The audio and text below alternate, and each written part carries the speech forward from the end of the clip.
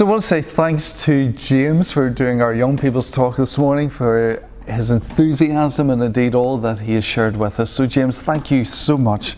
We've got this little creed, and again it's really important as a church family we affirm our faith in these words, and we're going to use them as we say together, we believe in God. We believe in God, who is love and who has given the earth to all people. We believe in Jesus Christ, who came to heal us and to free us from all forms of oppression. We believe in the Holy Spirit, who works in and through all who turn towards truth. We believe in the community of faith, which is called to be at the service of all people. Amen. We're going to have our reading this morning, and Peter's going to come and bring that reading to us from Matthew's Gospel. Peter. This morning's reading is taken from Matthew's Gospel, chapter 11, reading verses 25 through 30. The Father revealed in the Son. At that time Jesus said, I praise you, Father, Lord of heaven and earth, because you have hidden these things from the wise and learned, and revealed them to little children. Yes, Father, for this is what you were pleased to do. All things have been committed to me by my Father. No one knows the Son except the Father, and no one knows the Father except the Son, and those to whom the Son chooses to reveal him. Come to me, all you who are weary and burdened, and I will give you rest. Take my yoke upon you and learn from me, for I am gentle and humble in heart, and you will find rest for your souls. For my yoke is easy, and my burden is light. This is the word of the Lord. Thanks be to God. So I want to say thanks to Peter for reading those words to us this morning. So our little series this morning, ticking time bombs, what do you do when you have too much on your plate? How can you create some breathing space in your life when you have more on your plate than you can possibly cope with? And this is nothing to do with the kind of Sunday lunch that you're going home to or you'll have in your home today. This is about the way many people are spending their lives. We're running after this, we're rushing after that, we're trying to get this done in the afternoon so that we can fit that into the evening. And it's no wonder for many people today feel worn out, stressed out and burnt out, exhausted. We understand when Job says in Job chapter 3 verse 26, I have no peace, no quietness, no rest. Instead, only trouble comes. Do you ever feel like that in your house? That there's no peace, there's no rest, there's no quiet in our house? I don't know, but for some of you who are a wee bit older, just over 50, what do you make of all this stuff of stress and pressure and burnout? Because you wouldn't have heard of that maybe 30 years ago. It seems that it's come into our language really over the past 30 years. So is it real, or are we just making this whole stuff up? Well, honestly, I think it's real. I read this, on average we are sleeping 2.5 hours less per night than our grandparents did, that we are sleeping 2.5 hours less than they did 100 years ago. Is that you? Is that me? Are you sleeping less these nights? And it's true that during the day we're getting much more thrown at us, so much more at work expected of us. We are a society that's overloaded with too much and too many things. For instance, we have too much choice. You know, I was doing my shopping in Tesco's. Did you ever walk down the aisle that's full of shampoo? I mean, it stretches from here right down to there. But it's amazing the amount of choice. And you're standing there thinking, well, look, I came in for shampoo, but what kind of shampoo? Shampoo with conditioner? Do I have dry hair, normal hair, greasy hair? And you're trying to work out which one you should take. There's too much choice these days, and there's too much change, especially in the workplace. Government are constantly bringing in new things that you have to do in schools. If you want to work in schools, there's new things brought in for the office. There's new legislation on the farms, new ways of monitoring things, new legislation here and there that we've got to abide by. And no matter where you turn, there's change, change, change. There's too much information. We're on information overload as well. Again, we're just getting so much information thrown at us from social media and TV and papers that often we can't take it all in. And there's too many demands being made of us. We feel like Job when he says we have never a minute to be quiet, just to be still. And folks, honestly, we need some breathing space. We need to create some breathing space in these lives. So here's the benefits if we do. And the first being this morning, you will have greater peace of mind. Isn't that true? When you're stressed, when you're rushed, when you're uptight, when you're more anxious and you're more worried, we need some time to stop, to rest, to relax, to enjoy life rather than endure it. The second benefit is better health. When we're busy all the time, rushing around, stressed out all the time, on long-term effects it has on our health. The only time that some people take breathing space is when they find themselves maybe on their back in their own bed sick or high blood pressure or even a heart attack. And whether it's your own bed or whether it's a hospital bed, sometimes that's the only time we may get rest. Even a racing car has to make pit stops to be refueled and recharged and repaired, because you can't fix anything that's driving around at 200 miles per hour around the racetrack. And yet people are racing around the racetrack of life and trying to go on without taking any time in the week to be refueled or repaired. Number 3, the third benefit, deeper and closer friends. Again, we complain that we have no friends. It's hard to make friends, isn't it? It's hard to make friends when you don't have time to make friends. But how can we make time to make friends when we're so busy rushing here and everywhere? You only get close to the people that you spend time to stop and sit down, listen and enjoy around you. And folks, isn't it true that even within our own families we're struggling, even in a family situation, to be close to each other? And it's not surprising when we're rushing here and we're having to go there. We need breathing space if we want better friendships. Number 4, the fourth thing is that we're not more available for God to use when we're rushing here and there. As people work longer and harder, they have less and less time and energy, so that even if God taps you on the shoulder and says, I have got a place where you could love me and serve me and care for other people, where you could make a difference with your life.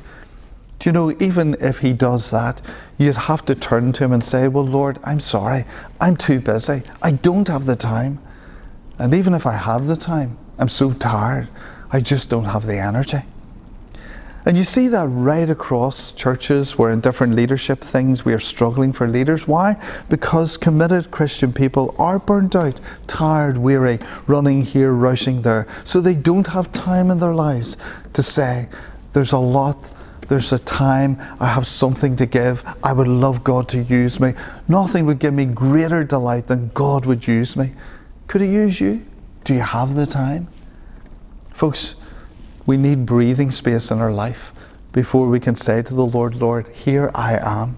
Use me to make a difference in this area. So the question, what are the steps towards breathing space in those 29,000 days that we have on planet Earth? And again, I want to say this to you. This is a disclaimer notice. I am not an expert on this.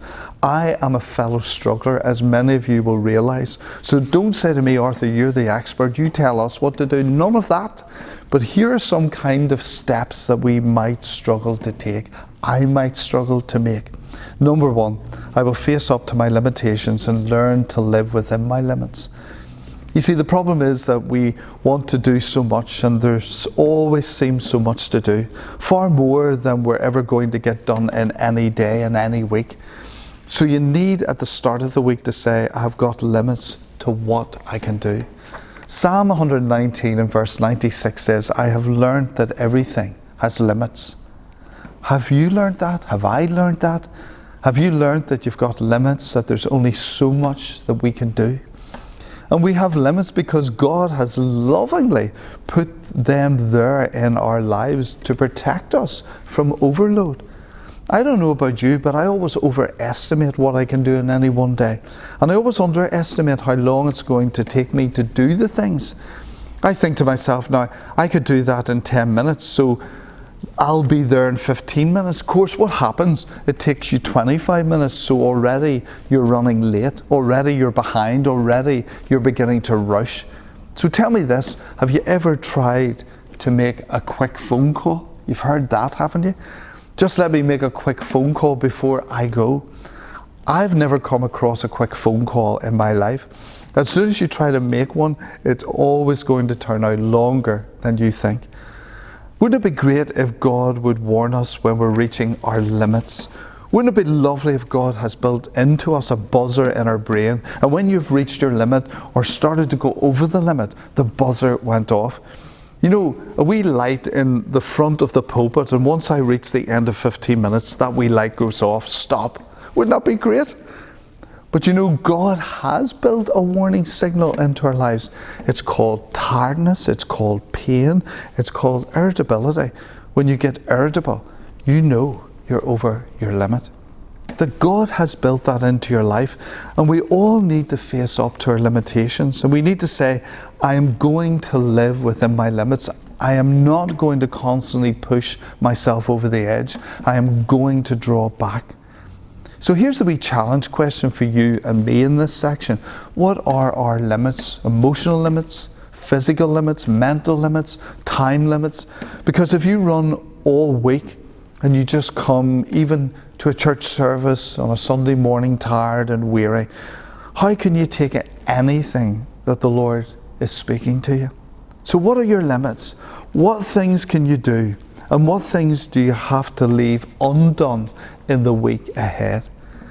If you want to live within God's loving limits, what things are you going to have to leave undone? Number 2, I expect to have problems, and I will face up to the unexpected difficulties that are bound to come my way this week. You know, it's good to have plans, and God tells us that He has got good plans for our lives and that we ought to have plans for ourselves. But you know as well as I do that things never seem to go at times according to plan. Do they in your house? Do things go according to plan? Problems always crop up, difficulties always arise. You plan to do something and then something goes wrong and that throws you, and then it leaves you irritable, it leaves you annoyed, it leaves you hassled, it leaves you hurried. So how long do you leave between getting up out of bed, getting to church on a Sunday? How long do you leave between leaving the door of your house and getting to church? Answer, never long enough. Often that's true, isn't it? Because you're going out through the door, something happens, that phone rings or something else happens, you're discovering that you haven't brushed your shoes or whatever it is, and you need to attend to it. And so we struggle to do this thing or we struggle to do that. And say if you're going to work in the morning, you know, we think, I could just do that. I could stick that in the washing machine before I go. I could fix that there before I go. And things never go according to plan. And Jesus says in His Word that you will have trouble. And yet sometimes we're surprised when that trouble comes. You need to leave yourself breathing space when you're planning to do things, because things don't always work out as we plan. And you need to leave what I call extra time or crisis time, breathing time. We need some breathing time because we need to expect the unexpected to happen. We need to be aware of difficulties that arise and be prepared. Again, Proverbs 22 verse 3 says, a prudent person foresees the dangers ahead and takes precautions. The simpleton goes blindly on and suffers the consequences. So you're rushing to this, and maybe you have a flat tire and you arrive late, you arrive annoyed and you're hassled. Expect to have problems. Learn to face up to the unexpected difficulties that are bound to come your way this week. But you need some space in your life if you're going to be able to deal with it. Number 3, I will plan some free time into my week without feeling guilty about doing so. You know, this is true, that if you don't plan your week, somebody else will do it for you. And before you know it, you'll find yourself running here, running there. And isn't it true that the faster that you go, the more space you need? Listen to this. If you're going down the road at 70 miles an hour, how much space do you want between you and the car in front? Answer, plenty, in case you have to brake. What's the use of having 2 feet of space between you and the car in front of you if you're doing 70 miles per hour and they're doing 70 miles per hour and suddenly they brake? The faster you go, the more you need breathing space, the more you need that space to brake. And we need to plan busy lives, we need to plan in these lives some breathing space into our week, or we're in danger of crashing emotionally or physically. Ecclesiastes chapter 10 says, only someone too stupid to find his way home would wear himself out with work. You know, God says it's mad to work and have no time of rest. And folks, there's a lot of us in need to take some extra time and remind ourselves that life is a journey, not a race.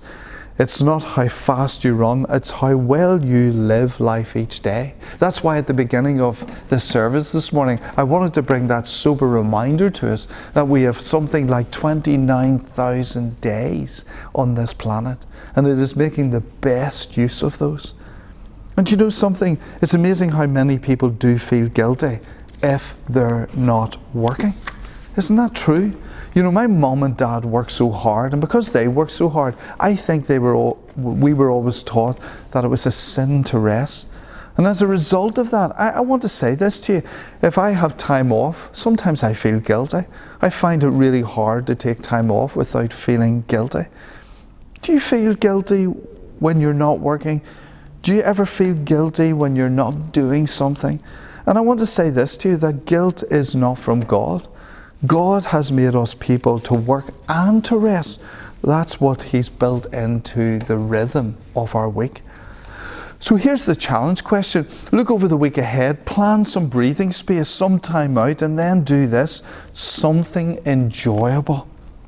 Not just some breathing space, but something enjoyable to do in it. Number 4, I will cut back on what I'm doing every so often so that I don't get more and more busier and wearier. Cutting back is really what gardeners call pruning. Why do we ever prune plants or trees? The answer, for greater fruitfulness. No pruning this season, no fruitfulness next season, no pruning off your roses in January, no good roses in June or July. You know what we do? Every year we keep adding and adding to our branches. But the question is, what do you ever cut back on? What do I ever cut back on? What do you ever prune? 1 Corinthians chapter 6 verse 12 says, everything is permissible, but not everything is beneficial. And indeed, in our reading this morning, Jesus said it is so important that we just cast all those things that call out for our time and attention, to give those things to Him and to receive in return His rest. In other words, under God, you can do so much when we do that. But necessary isn't such a good thing to do. You can do many things, but it doesn't mean it's beneficial to cram your life full of more and more. Sometimes we need to say no when we want to say yes. And this week you will have 50 things that you want to do, but you're only going to be able to do maybe 30 of those things. So 20 times this week you're going to have to say no. You're going to have to say, no, I just can't do that. I'd like to do it, but I can't. And if you're doing too many things and don't cut back, then God may do the pruning for you, or your own body may do it for you. And you will find yourself either with sickness or in an emotional crisis of some sort. Again, Proverbs 20 verse 30, sometimes it takes a painful situation to make us really change our ways. Folks, that's true. Sometimes it takes a painful situation to make us really change our ways. So what are the things that you need to cut back on to give you space? Sometimes even to be refreshed. And number 5, I will do less in my own strength and learn to trust God for so much more. Folks, God can do more in 20 minutes than you and I can do with all our rushing in 20 years.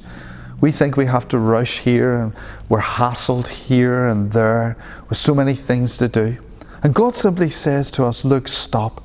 You're rushing, you're hassled, but just really learn what it means to put yourself and your life and your family into my hands and trust me. The only good thing about being pressurized to the place of brokenness is that in chapter 1 of 2 Corinthians, we have this verse. We were under great pressure, far beyond our ability to endure, but this happened that we might not rely on ourselves, but only on God. On God we have set our hope. You know, God doesn't say if you rush, you will move mountains. He didn't say if you work harder, you will move mountains. But if there are huge mountains in front of you, God says if you have faith, if you learn what it really means to trust me and rest in me, you can overcome. And I can take your life with all its pain and I can turn it around and I can begin to do something good and positive. So here's the question.